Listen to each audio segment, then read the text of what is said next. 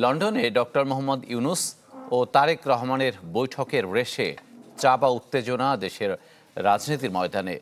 BNP একে ঐতিহাসিক মুহূর্ত বললেও উল্টো সুরে কথা বলছে জাতীয় নাগরিক পার্টি ও জামায়াতে ইসলামী। এমন অবস্থায় এনসিপি নেতারা প্রশ্ন তুলেছেন সরকারের নিরপেক্ষতা নিয়ে।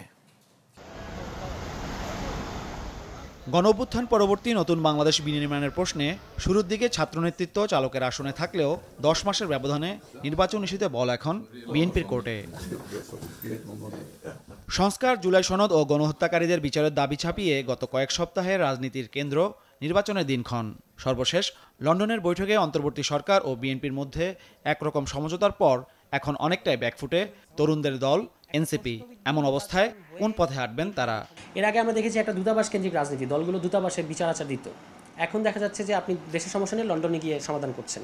এই জিনিসগুলোকে আমরা আসলে মনে করি যে বাংলাদেশ রাজনীতির জন্য ইতিবাচক ঘটনা না। জুলাই সনদ, জুলাই ঘোষণাপত্র, সংস্কার এবং বিচারের মতো বিষয়গুলো এই মিটিংয়ে বৈঠকে উপেক্ষিত থেকে গেছে এবং একই সাথে নির্বাচনের সময়সীমা সেটা কবে অনুষ্ঠিত হবে বা না হবে এই বিষয়গুলো বিচের মাটিতে বসে ফয়সালা হওয়া, সেখান থেকে ঘোষণা আসাটা বাংলাদেশের রাজনীতির জন্য আমরা ইতিবাচক হিসেবে দেখি না।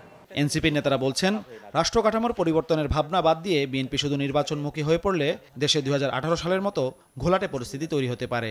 সংস্কার না হয়ে নির্বাচন হলে জনগণের ক্ষতি আছে এবং সেটা বিএনপির জন্য আত্মঘাতী হবে। কারণ যারাই এই পুরনো সিস্টেম, পুরনো স্ট্রাকচারের অধীনে সরকারে বসবে তারা নানা ধরনের সমস্যার মধ্যে পড়বে এবং আবারও বাংলাদেশে গণঅভ্যুত্থানের মতো পরিস্থিতি সৃষ্টি হতে পারে। সরকার যেন জুলাই ঘোষণাপত্র, জুলাই সনদ, বিচার এবং সংস্কারকে বাস্তবায়ন করতে পারে সে ব্যাপারে সরকারকে সহযোগিতা করা প্রত্যেকটি রাজনৈতিক দলের কর্তব্য। যদি এই কর্তব্য থেকে কোনো রাজনৈতিক দল পিছু পা হয়, অবশ্যই জনগণ তাদের সঙ্গে সম্পর্ক ছিন্ন করবে।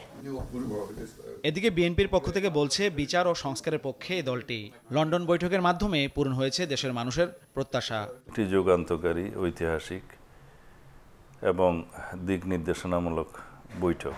এটা জাতির প্রত্যাশা, আমাদের সবার প্রত্যাশা ছিল। তাই তার মধ্য দিয়ে আমরা রোড টু ভোট, ভোটের রাস্তা এবং রোড টু ডেমোক্রেসি খুঁজে পেয়েছি। সংবিধান সংক্রান্ত সংস্কার বা সংশোধনীগুলো বাদে বাকি যে সমস্ত সংস্কারে ঐক্যমত্য প্রতিষ্ঠা হবে সেগুলো এখনই বাস্তবায়ন করা সম্ভব এবং সকল সংস্কার বাস্তবায়ন করতে 1 মাসের বেশি সময় লাগবে না, সেটা আমরা আগে অঙ্ক করে বুঝিয়ে দিয়েছি। মাহফুজ কামাল, চ্যানেল 24, ঢাকা।